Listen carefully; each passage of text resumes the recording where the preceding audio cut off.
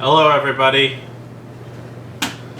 Today we watched the blockbuster sequel to the blockbuster movie M3GAN. M3GAN 2.0. So Aiden, what's the plot of M3GAN 2.0? M3GAN 2.0 is Terminator 2 but with M3GAN. M3GAN comes back to life through... She just lived in the internet, I guess, I don't know. And she comes back after a new cyborg android robot girl is running around killing people. And says, okay, well, I guess I gotta clean up this mess to protect the girl from the first movie and the aunt from the first movie. And the side characters, some of whom were in the first movie. And then they, what the fuck is making that noise?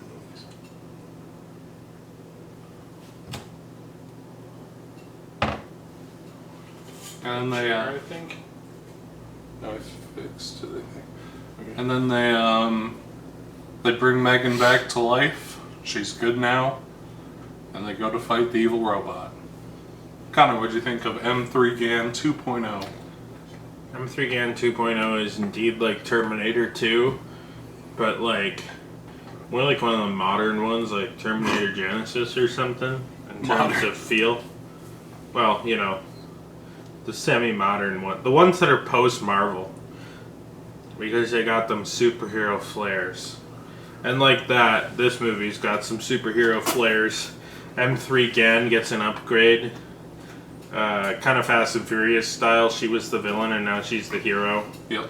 One thing I will say about M3GAN is that I remembered a little bit about the movie. I remember it was a doll trying to like kill people. And it was the little girl's friend, kind of. And I think, honestly, it kind of blended with that AI Chucky reboot that then was kind of, like, ignored by the wider Chucky franchise as it just continued on as it was going. Yeah.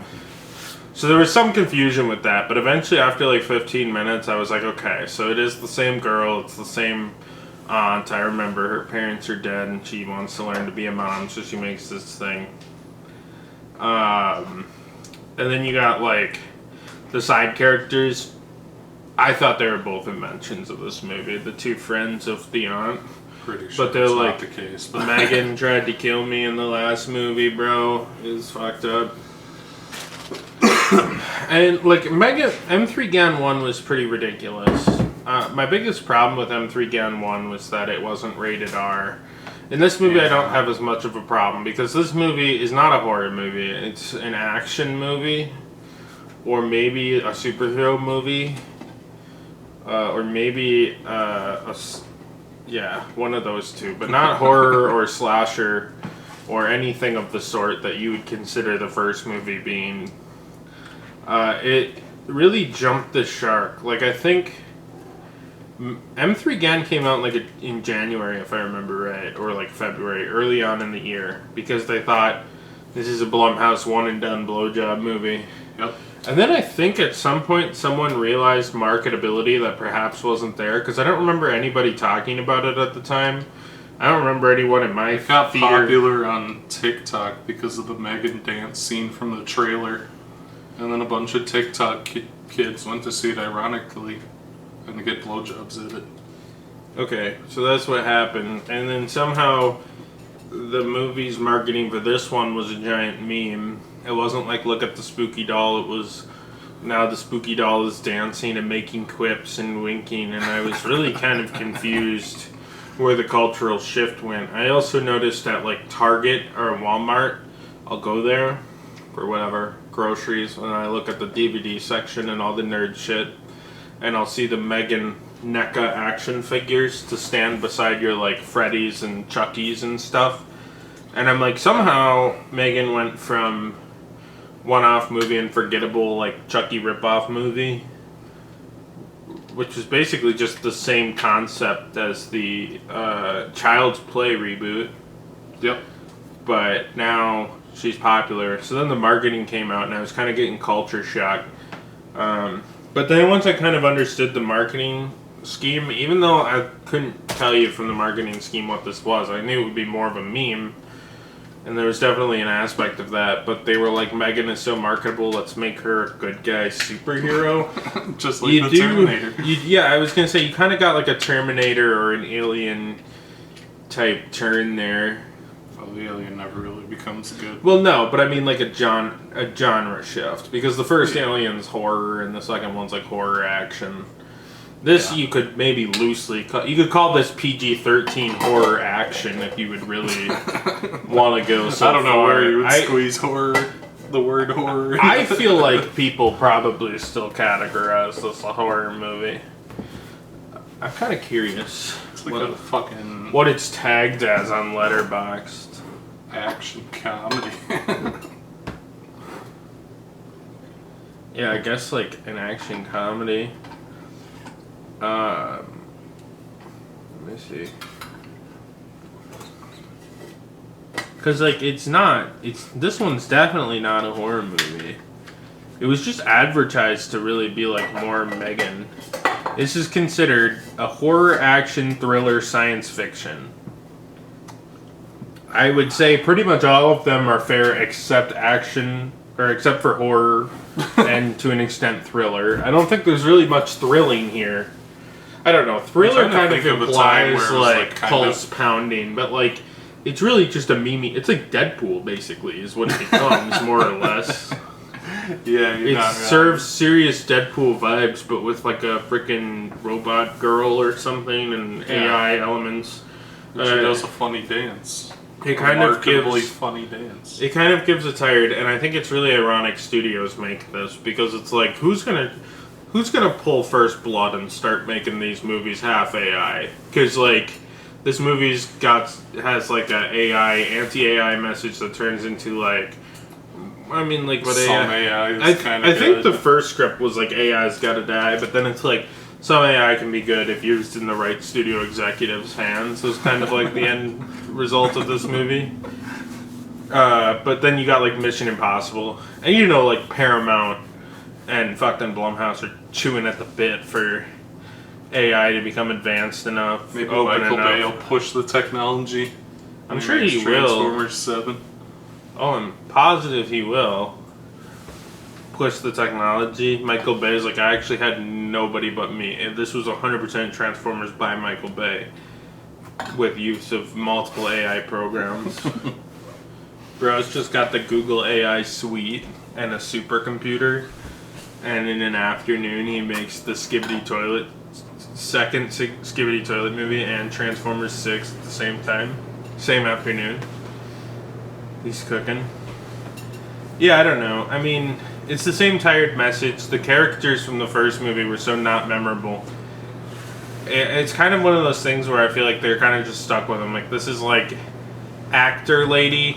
I don't know. She didn't have much charisma, but she's like fine as like horror movie aunt to little kid who looks similar to her, who's also adequate scared kid.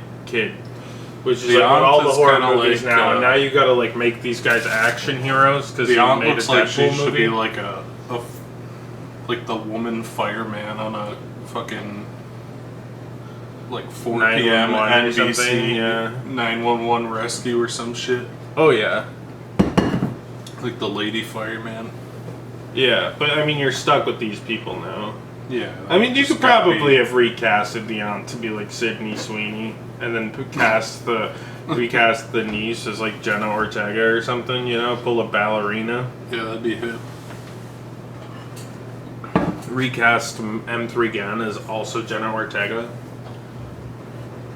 I don't know. Like the effects were kind of, I don't know. Like the action was like somewhat interesting, but again, I feel like the problem is, I think they did have some success selling the movie in theaters as PG-13 because every kid can go. And then later on streaming and home media, you sell it as an R-rated movie, not only to double sell the movie to the fans, but to be able to maximize, people want to see the gory version. So it's double marketing. But then the people in the theater are just fucking cheated out of the experience because again, if there are like horrific scenes of murder, you only see them in like fucking shadow or it cuts away. And like I've heard, like Yeah. if you watch the home version of M3GAN, there's actual like killing or whatever the fuck. But I don't know. It kind of just undercuts the horror gimmick or slasher gimmick when all you see is like a splatter of blood against the wall because it's PG-13 to maximize ticket revenue. Yeah. And so again, it kind of maintains that same issue from the first M3GAN, which I think was good marketing because it sounds like this movie did good on streaming DVD. And the only time I ever heard people talk about M3GAN a second time before I saw her shit popping up at like Target and stuff, and apparently it became a cult movie, was when people were like, yeah, now you can watch the fucking streaming and DVD where you actually get to see the kills that were just edited out to make it PG-13 so all the kids can go to it. And it's like, so because we went to the movie and they wanted to market it bigger, we just get cut out of the experience. I'm not rewatching M3GAN 2 ever, I'll be real with you. The theatrical experience is now the non-preferable way to see M3GAN. It's not the movie as intended, it's the movie cut so that it can see the most asses in seats. Blumhouse knows their audience. And like, I don't care that much about gore. Like, you could have made M3GAN PG-13, M3GAN 2 PG-13, just edit the movie for PG-13. Don't make an R movie and then edit it so kids can go to it. Well, to be fair, I think with M3GAN 2 they knew they were going PG-13 from the start. Because it's a lot less egregious. I guarantee you there's gonna be an R cut. Oh, there'll be an R cut. So many, but like the first robot like violently kills like 5 people and it just cuts away. There's like an action scene where she's like punching guys, and then she's obviously violently killing people, and like you hear what's actually in the scene, and then you see it in like shadow against the wall or like a blood splatter, and it's like, it's fucking lame. yeah. I don't know. Also, like, I still can't be fucked to care about these characters. And, like, the movie kind of tries to gaslight you, and, like, M3GAN wasn't as bad. And they're like, M3GAN's like, I was just a kid back then, and the character's like, no, that's bullshit. And then she's like, but actually, I really am sorry, and I'm a good guy, actually. And all the characters are like, you're right, you know, totally forgiven. She's just a robot that's good. And everyone's like really sad when she dies at the end, and we're supposed to be sad, and it's like the movie's gaslighting us into thinking we didn't see the first one, where she's a killer robot killing everybody. Well, the prime audience probably doesn't remember the first one because they saw it when they were 11. It's true. I mean, that's very true. That movie's 3 years old. Yeah, I don't know. It's just another. It's. And also just like, sometimes, I think the movie went a little big for its bridges. It kind of reminds me of like, when they did like Samurai Cop 2 and stuff, where like, someone gets lightning in a bottle. I thought the first M3GAN was pretty mediocre. And I think this one is too. But like, to somebody it gets lightning in a bottle. So then they're like, let's just totally jump the shark with the second one. She's a good guy, and she's also a ninja, and she's Deadpool. And we're going to cut out the kills so everybody can see it, and then you can have the rated R version. And there's the Harvey Weinstein, Elon Musk guy, and blah, blah, blah, blah, blah, blah, blah. Yeah. And no one cares, and it's kind of a piece of shit. And again, it just falters, because you don't even get the full experience if you see it in theaters. It's basically a con show to rip off. And apparently there's fans of this garbage. So Aiden, what did you think of M3GAN 2.0? M3GAN 2.0, it's alright. It's fine. It's M3GAN Terminator 2. I think, kind of in spite of itself, the first 30 minutes of this movie is fucking terrible. And should have just been entirely cut before M3GAN shows back up. You could cut all that shit, this movie would be 1,000 times better without the first 30 minutes. It's kind of fun.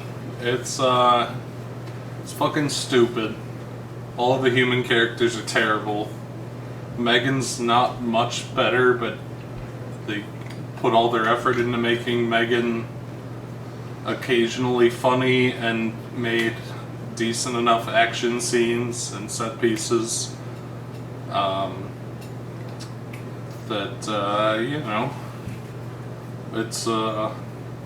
It's kind of fun when they put M3GAN in the little tiny baby robot body, and then it's kind of fun when they go to the convention thing and fight the evil robot. And it's all really stupid. It's all stupid as hell. The boyfriend being the villain's a horrible twist. Oh, I totally didn't even mention that. The boyfriend looks like... And I think... Is he the fucking villain from the CW Flash? I feel like that villain from the... I haven't seen it. No, the Reverse Flash guy. I haven't seen it. We watched like half the first season together in like 2013. Maybe I've seen it. I was like, let's watch The Flash. Like, I love The Flash. And then we watched like half of the season. We're like, this is just dog shit. Yeah. I do And he looks... watching, like, he looks just like the Reverse Flash guy, but I can't imagine that guy is so young. Because that was like, what, 12 years ago that show aired or something? No, it couldn't be him. But that guy also looks very like CW. I also thought his character was supposed to be homosexual, and that was based solely on the actor's looks, and I'm sorry. Well, I think that's the joke. I don't know. Yeah, I guess everyone... Because, like, the whole time M3GAN's like, you're not into guys like that. And then he's like, hey, bitches, we're in my evil Xerox factory. Well, then she's, like, into him. She's like, I'm not into this guy in certain scenes. And then other scenes, she's really into him. Yeah. I wonder if, like, Jason Blum watched this and she's like, he can't be into this. She can't be into this. An A-class firefighter like that can't be into this bozo. This homosexual bozo. It would make her, like, seem like a lesbian. So then they were giving her, like, a case of the not gays for the guy, but then other scenes, she's like, we could have been in love and made fun shit, and she's, like, going after him because she loves him so much, but then other scenes, she, like, doesn't love him or something. I don't know what they were going with for that plot line. Yeah. Well, it's like really stupid Terminator 2. And it's a lot more fun than the first one, but it's still a Blumhouse picture at the end of the day. So Connor, would you recommend M3GAN 2.0? I do think it's a terrible movie, but it's somewhat fun.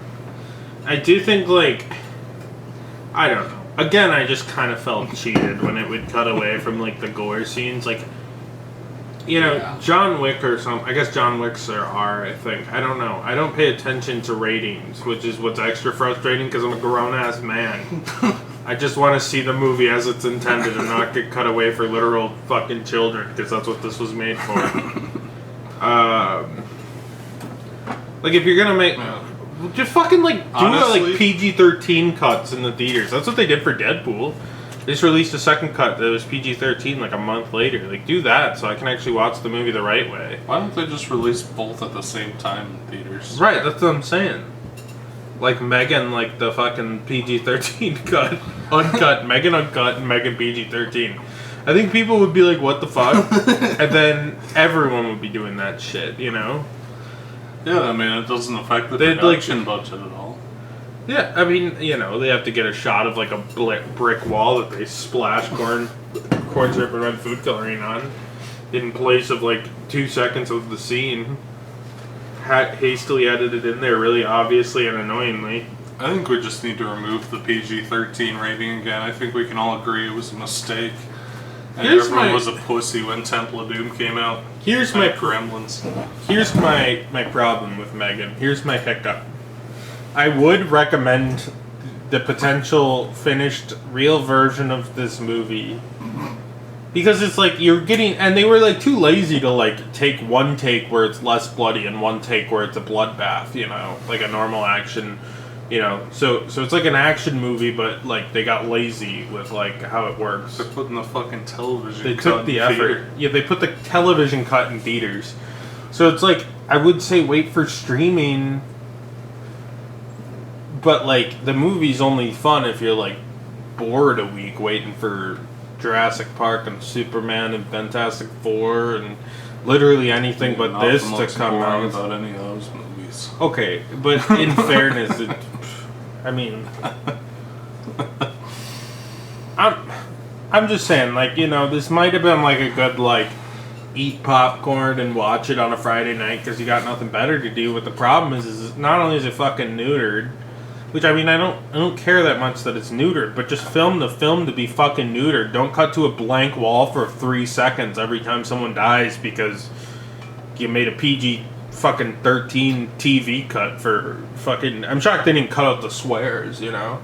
And shit like that, like and it pisses me off. I haven't had to worry about if a movie was rated R for over 10 years. You know, that hasn't been a concern in my life for a long time. So I'm pissed off that I got to watch the fucking weird cut to a blank fucking cut to drywall covered in fucking corn syrup cut. And then it's like, well, I would recommend. Would I earnestly recommend it on streaming when there's thousands of other movies? No, I wouldn't watch this. I wouldn't go out of my way, you know. And it's just a shittier version of Deadpool, really. Like it's Deadpool 3, but less good. And Deadpool 3 was already not very good. I feel like I could give like it's just a little cute Blumhouse thing, you know, handicap, but like. They're really milking this thing. So I don't know if I'm giving them that. So, no. I don't recommend M3GAN. I think a better version is coming to streaming. I think it was slightly entertaining. I think a better version is coming to streaming. But, like, why the fuck would you go out of your way? Why the fuck would you go out of your way? So, no. I'm gonna have to say no. Fuck it. Wow, you're really fired up about this topic. I'm not fired up about it, but it's fired up. You're gonna be riding and leading a riot through the Blumhouse production studios. It's like the least bad Blumhouse movie of the next 10 years, I'm sure. Yeah, because like M3GAN 3.0, it's not getting better from here. No, unless the gimmick is that one's rated R out the gate. Maybe they could do that. They could call it M3GAN 3.R. M3GAN backwards R like the red rum, but like not actually spelling that one. Yeah, no, she's evil. Back to basics. You got to take it back. So, when do you recommend M3GAN 2.0? I guess so. Lightly. Way to be long-winded. I think it's pretty fun. It's stupid. It's neutered. But you know, I had a decent enough time with it. I was surprisingly entertained throughout. I gave this a 3 out of 5 on Letterboxd. I've definitely recommended worse, but I don't know. I just can't warrant it. PG-13 debacle. I just can't warrant it. And I also just don't like giving Blumhouse money. Although I do like giving James Wan money. I like James Wan.